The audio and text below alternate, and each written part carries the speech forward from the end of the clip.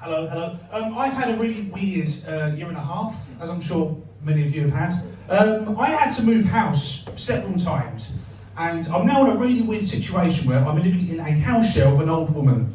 And guys, this old woman clearly doesn't like me. You know, she's always moaning about stuff like, Ash, stop using my Netflix account. Ash, stop leaving the toilet seat up. Ash, sometimes I really wish you weren't my son. Ash, what are you doing with that pillow? You know, it's difficult, it is.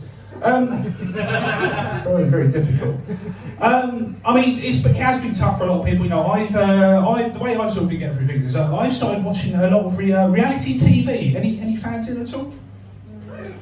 What sort of show? What's your favourite show?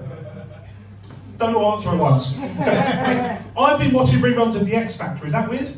I've not seen any reality TV, you know, I'm trying to catch up. You wouldn't start Breaking Bad on season 3, would you? You know, you've got these shows, you've got like, you've got Britain's Got Talent, The X Factor, and The Masked Singer. Some of these shows, what they'll do at the start is they'll have a kind of sad story to kind of get the audience on side, you know? A lot of people don't like that. I think that's the best bit. I've got an idea for a new reality TV show I think I'd be really good in, right? It's called The Masked Therapist. What happens is a therapist walks on stage, they're wearing a mask, you can't see who it is, and then a contestant comes out seeking therapy, and they just unload, you know? They go into very specific details about how terrible their upbringing was. They go into very intimate details about how terrible their sex life is, and then the therapist rips off the mask and the contestant's like, oh no, it's mum! What's that? What a twist, you know? I see how it would cause any lasting damage. I should probably point out, I have attention deficit disorder, ADD. I've been trying to come up with a good joke about that, but when you come to get a punchline, I lose interest. My brain does works in very weird ways, you know. I was walking down the street not too long ago, and I was pretty sure that I saw my mum on the other side of the street. And I wasn't entirely sure it was her, and there were two reasons for this. The first reason I wasn't sure if it was my mum was because, she was in the house when I left. The second reason I wasn't sure it was my mum was because when I left the house, she didn't have a beard. But, I just wave anyway. That's I don't like to take risks. That's how I deal with situations. I get distracted very easily. You know, it's interesting people keep pointing out the board. Like, everyone's been really good so far. I've been really enjoying the night. But in between every sort of joke, I just stop and I think, where is that fish swimming to? And it looks like it's hanging from a tree. Who hangs a fish on a Christmas tree?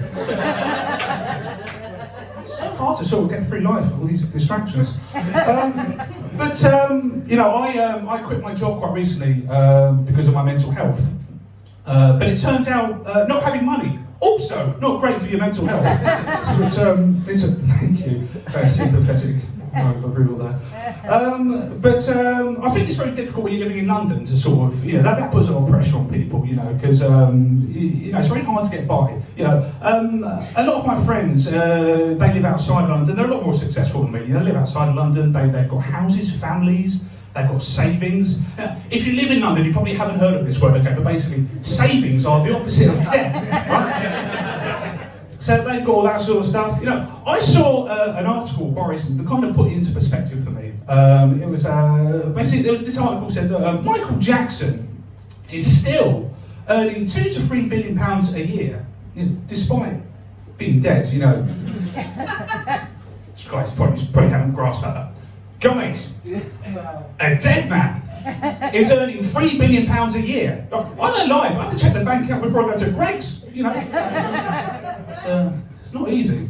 This is why I've tried to sort of avoid the news and all that sort of stuff, because it is all sort of downbeat, it always brings you down, I try and look for really weird and sort of interesting news stories to kind of get me through the day, I saw a news story a little while ago that was about there was a teenager who was a Lionel Messi lookalike, right? And what this teenager used to do was he used to pretend he was Lionel Messi in order to get pretty women to sleep with him. Now, I don't know about you guys, some of you love it. I think that's quite inappropriate. Can you imagine that? Imagine pretending you're someone else to get another woman to sleep with you. It's morally wrong. It's totally the wrong thing to do. But it's also the plot of Aladdin. Some weird insult from the desert. You're not a prince, mate. You're a sex offender. You know. This guy is not a hero. Yeah? It's Prince Andrew of Agrabah. That's who we're dealing with. Guys, thank you for allowing me to share. You've got another couple of great acts here, so enjoy the show.